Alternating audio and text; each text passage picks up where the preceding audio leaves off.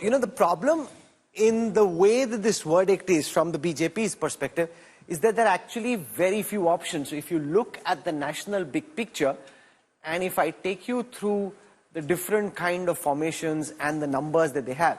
So the NDA is at 293, out of which the BJP itself is at 240, about 33 short of a majority. You have TDP at 16, JDU at 12. So that's 28 seats right there. They need 33. Without them, without TDP, JDU and Sena, there is no government which has a majority. And the other parties are way too small. So Lok Janshakti Party is only 5. RLD of Jayan Chaudhary is only 2.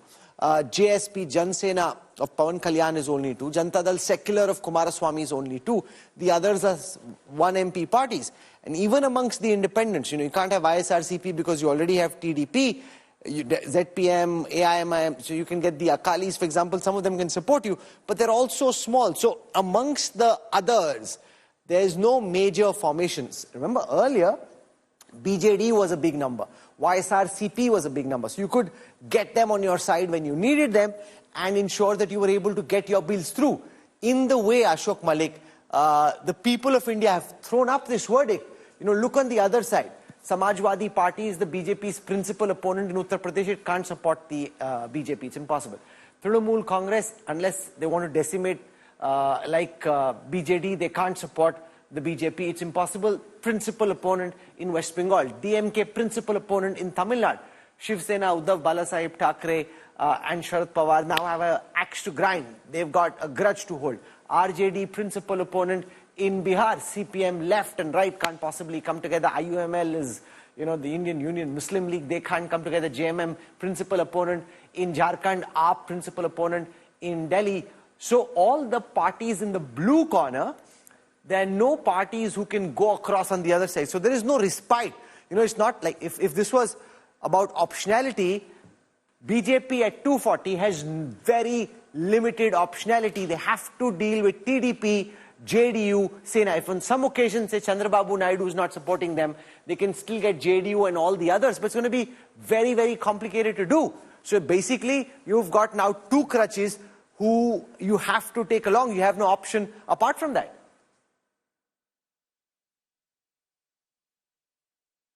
Ashok, you're on mute. You're on mute, Ashok.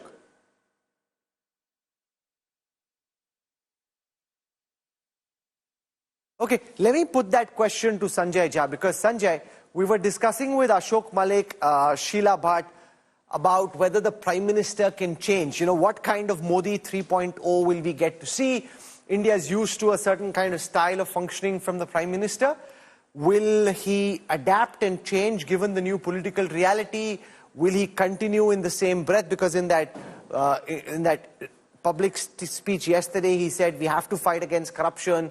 There's no way we're going to pull back. We have to go all out. So will he double down? Will he change? Can he change? How do you look at it from the other side of the political spectrum?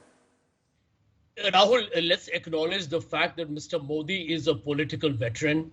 And more importantly, he's held the post of Chief Minister and Prime Minister for the longest time. And although he may not have personally experienced a coalition government, I'm sure he's aware of the dynamics that play out.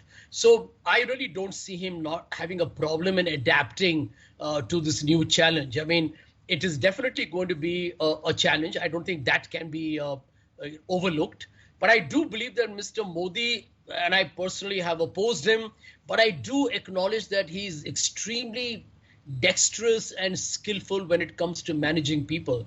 And of course, I mean, the limitation will be that the BJP cannot railroad or, just do a juggernaut on the people who are part of the coalition. But I also look at the number. I think 240 is a significant number. And the two critical people who can actually cause him a degree of discomfiture is really going to be JDU and TDP. And knowing Mr. Modi, I think he will figure out a way, because I don't think he's going to let go of the power that he holds. You remember, Rahul, during the campaign, he talked about the Congress being very miffed and would like to deny him the track record of matching with Pandit Nehru. So he would love to make this tenure play out. Obviously, politics is fluid. tomorrow is a new day and a week is a long time in politics, a lot can change. But personally, having followed Mr. Modi in particularly very closely after 2012, I do think that he's very skillful, extremely politically savvy, and he'll figure out a way to manage the contradictions. Ashok Malik, you have a sense of the legislative agenda of the government, or at least what they would have liked to do. Now that you deal with the TDP and the JDU, how do you see that change? Again, you're on mute, Ashok. It will have to be negotiated. It will have to be, you will have to persuade people. Many of the legislative... No, but the good thing there is that TDP in particular is a pro-reforms kind of party. I mean, that's generally been Chandrababu Naidu's outlook. Let's not be simplistic about this. There's a whole body of legislation which actually all major parties, including Congress and BJP, tend to agree on. They disagree with it, they oppose it for reasons of politics. The BJP does it when in opposition, the Congress does it when in opposition. So it's not so much Babu being pro-reform and X being anti-reform. It's what you can bargain for in the immediate moment. And also how communicative the government of the day is in reaching out to the opposition and trying to build a larger consensus. Majority governments anywhere in the world, including in India, including the past 5 years, tend to be a little short and a little impatient with parliament. That is an unfortunate fact. In the situation that we will enter with the new Lok Sabha, Parliament comes back into business. You will have to do business with Parliament. Parliamentary committees where, behind closed doors in a sober environment, you have a give and take, you shape legislation. Parliamentary committees will need to be used. And which is a good thing. You don't want bills to be ramrodded through Parliament. You want that there be deliberation and discussion, which no sensible person can possibly oppose.